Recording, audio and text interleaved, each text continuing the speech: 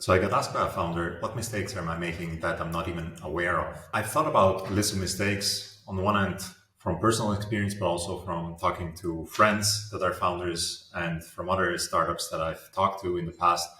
And so a list of the most common mistakes or things that you're not even aware of includes on one thing that I think most common mistake is only thinking about the product, but not the business model.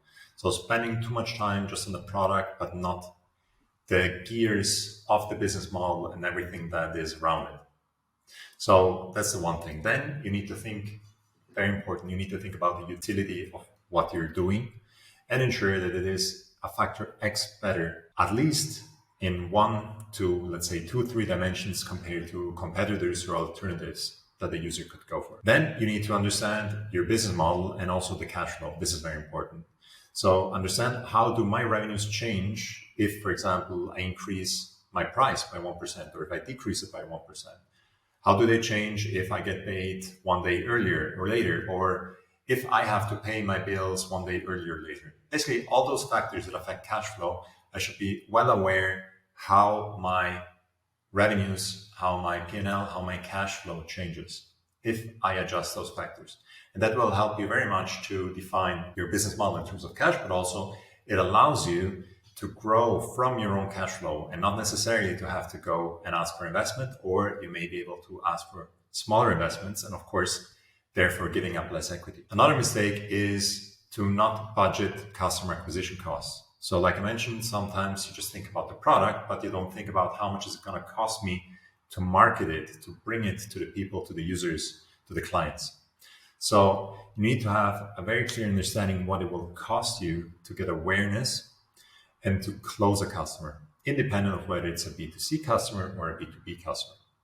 And the main mistake is that startups spend everything on the product and don't have the money left for this market validation. Next mistake, spending too much time on building the MVP and adding too many features. So one big mistake that we see all the time is founders come up with a lot of ideas, but they fail to prioritize them. They fail to see and prioritize what actually counts. So to prioritize features and ideas by business value, what adds this X time value compared to the alternatives or the substitutes that we have on the market. So once you prioritize, things will get much easier and you will understand what is actually relevant. Next mistake, doing it all by yourself. So this is a big one. A lot of founders think that in order to save cost, they can do everything themselves. You have a solo founder that will start learning things, that will start trying to do everything from design to maybe even launching the product to talking to customers. This is fine, but it will take an infinite amount of time. And chances are that there's some strengths that you have, but there's also some weaknesses that you have. So big mistake is doing it all on your own and not spending enough time talking to potential co-founders and finding experts that have an aligned motivation and interest to join your team. So go out, find experts, find people that believe in your vision, that believe in what you're doing is relevant, and get them on board. Get people that have strengths that are your weaknesses and vice versa, and build a team. This will go much faster. It will be much more fun. You will get a lot of support along the way, and you won't be this lone wolf basically fighting his own fight. So basically, this will give you a lot of chances of success.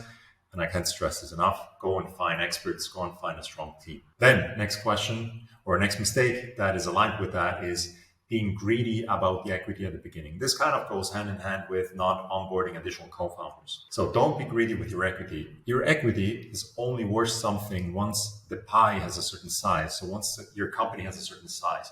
So don't worry too much about equity at the beginning, as long as you can keep 25% down the road. So once the company is bigger, it has done some investment rounds and so on and so forth. Don't worry about equity.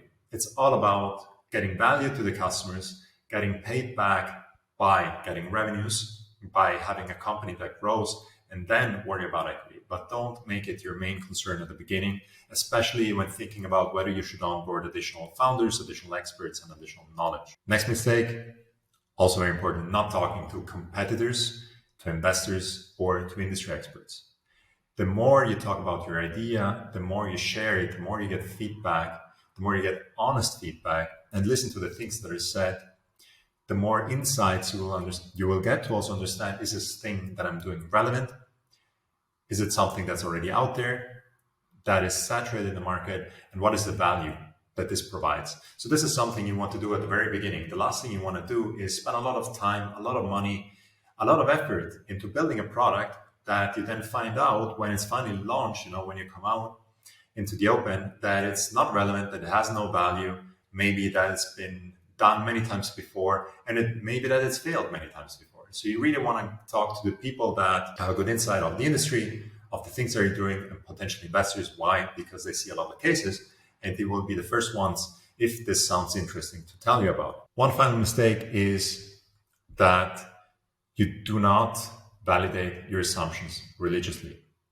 So this is very important. Just because you have a great idea, just because you have an assumption, that doesn't necessarily mean that it's correct. So how do you make sure that it is correct? How do you make sure that you're on track?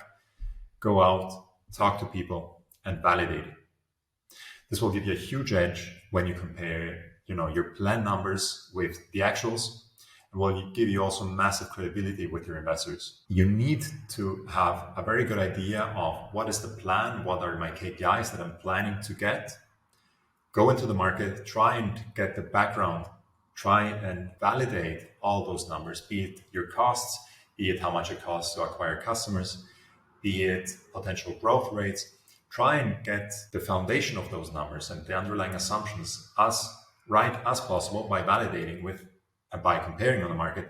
And once you've done that, always compare it once you're doing things, once you're progressing towards your milestones with the actuals. So you always compare the estimate with the actual.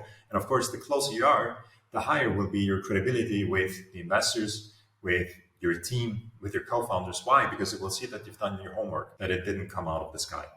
And so the more religious you're about it, the smaller will be the surprises, and the higher you will have, or the more the chances of success, and the lower the risks. So to sum it up, those are the main mistakes I've seen from myself, but also from talking to friends, other entrepreneurs and startups that I've met so far.